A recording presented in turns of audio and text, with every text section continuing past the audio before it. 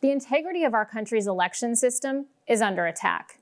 At this point, there is overwhelming evidence in the form of witness testimony documenting numerous incidents of wrongdoing, hundreds of affidavits, witnesses swearing under oath alleging misconduct, fraud, improper procedures, ballot box stuffing, trucks showing up in the middle of the night with extra ballots, not to mention the potential manipulation of vote counting software.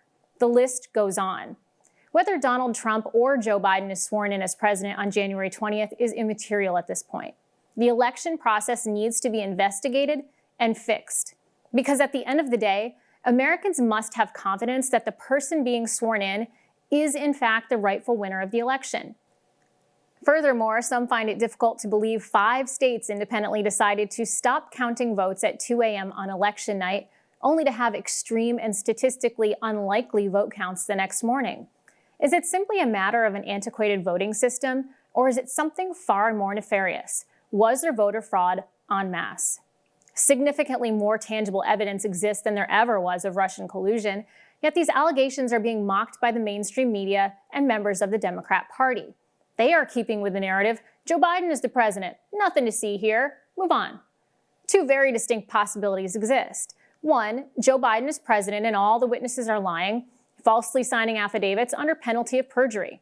Or 2, these allegations are real and almost half the country has been disenfranchised in the voting process and pacified by mainstream media willing to look the other way. Either way, the evidence needs to be investigated. It is very clear our country's electoral system is under attack. So where's the Attorney General? In a recent statement to the Associated Press, William Barr declared, "To date, we have not seen fraud on a scale that could have affected a different outcome in the election." Okay, so there is fraud? Where's the FBI? Have any FBI agents interviewed the hundreds of witnesses? Has there been an inspection of ballots or voting machines or software in Michigan, Pennsylvania, or Wisconsin? Where's the CIA? It's been reported Dominion voting software has been used in other countries to take over an election. Where are state law enforcement officers? We've seen reports of warehouses filled with what appears to be filled out ballots. Are these warehouses filled with potential fraudulent ballots being guarded to prevent further tampering? Or are these just fakes themselves? And what about the Republicans? Where are the Republicans? They hold the powerful Senate. Do they no longer have the authority to call for an investigation? Or how about all those Democrats who cried endlessly about the 2016 election being fraudulent? Where are they now? I'll ask again, where are the Republicans right now? They certainly aren't fighting on behalf of Donald Trump. Are they really willing to lose control of the White House in order for things to get back to normal DC politics? Are they really that swampy? Maybe it is true. DC is a swamp and swamp creatures stick together, even if they come from opposite sides of the swamp.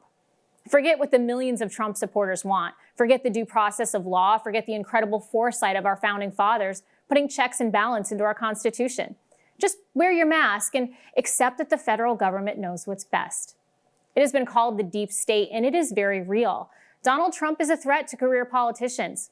In 2016, the Democrat Party seriously underestimated Donald Trump's following and the millions of Americans who are tired of Washington politics. They don't want this to happen again in 2020. All it would take is 5 swing states, COVID-induced changes to the voting regulations, a narrow window of time to investigate, and a complacent news media.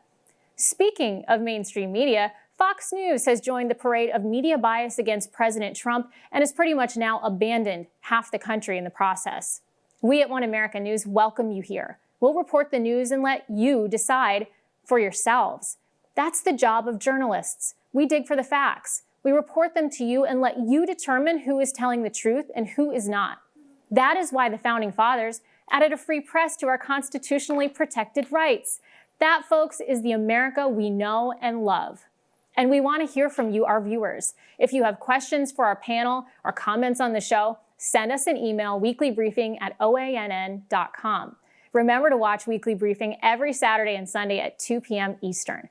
Thanks for watching.